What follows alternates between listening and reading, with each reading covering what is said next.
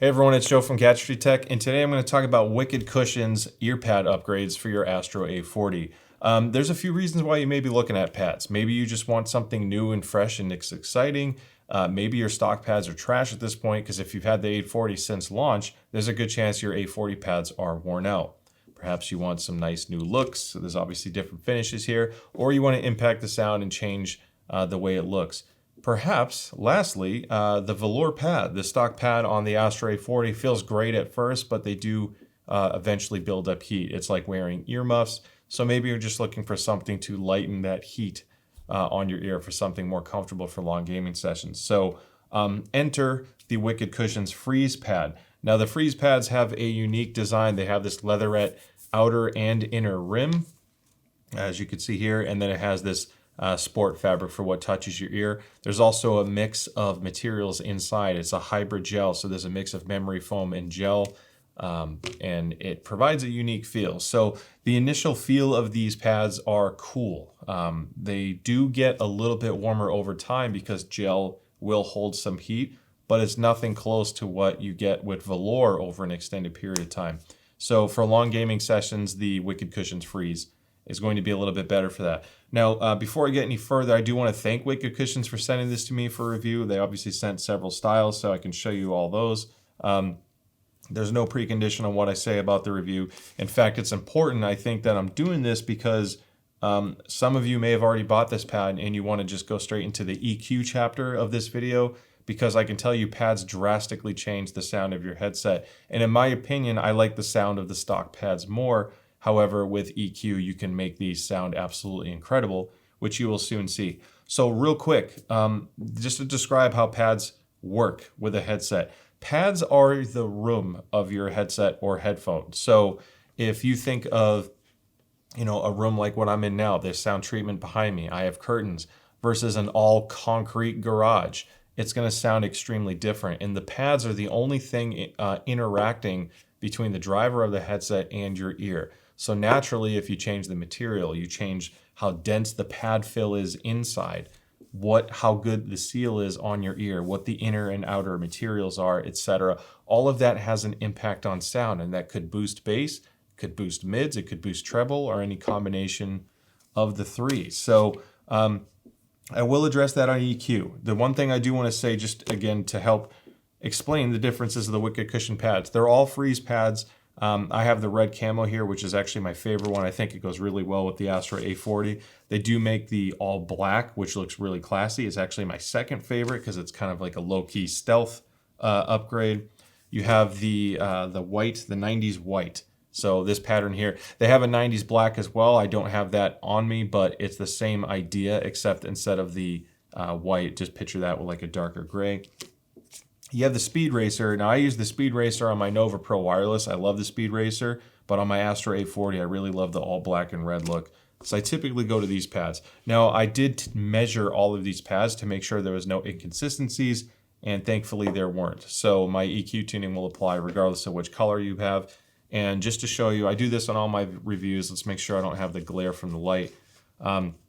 The pad compression is very consistent. There's no issues with deformities or anything when the pad's compressed. They're also not much thicker than the stock pads, so it's not going to drastically alter clamp force, so don't worry about these getting any tighter on your head. Now, if you have an A40, you may already know how easy this is to swap pads, or at least pop your stock ones off, but I'm going to show you anyway, just in case. This will be quick. So Astro, one of my favorite pad mounting systems is from Astro, and it's just magnetic. So all I have to do is pop the old one off, and Wicked Cushions will fit absolutely perfectly, and the magnets snap it back on in place. That's literally all you have to do to swap pads. There's no other special thing you need to change or clip in or press. Just take it off and snap it back in.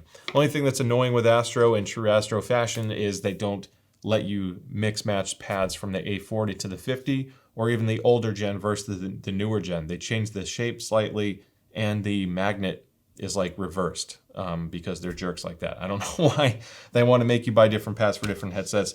But the A40 is my favorite Astro headset, and this is going to breathe some exciting new life into them.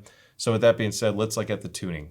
All right, now I'm going to show you how to custom EQ the Astro A40 if you've swapped out to Wicked Cushion's Freeze pads. So I'm going to show you the stock measurements of how the A40 sounds out of the box with the stock pads, the impact that the Wicked Cushion's Freeze has on the sound quality, what that translates to as far as measurements go, and then I'm going to show you how to tune it with the Mixamp Pro, and then tune it using Dolby Atmos depending on which method you prefer. So first, looking at the A40 out of the box in stock form, you can see why a lot of people like the headset. It actually measures very well for a gaming headset, especially with all these little features with the Mixamp. Now, as soon as you put the Wicked Cushion Freeze pad on, you can see that most of the bass performance is the same. However, there's a massive reduction in mid-range and treble.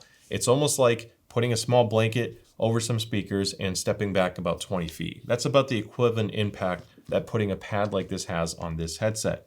Not all hope is lost, however, because this headset thankfully responds really well to EQ tuning. So with that being said, I'm going to show you how to do that using the Mixamp, and then I'll show you the end result from it. So going into the Mixamp, there's two ways you can apply the custom EQ. One is use the file attachment. I have in the description below a link to Google Drive, and that's going to help you download my preset.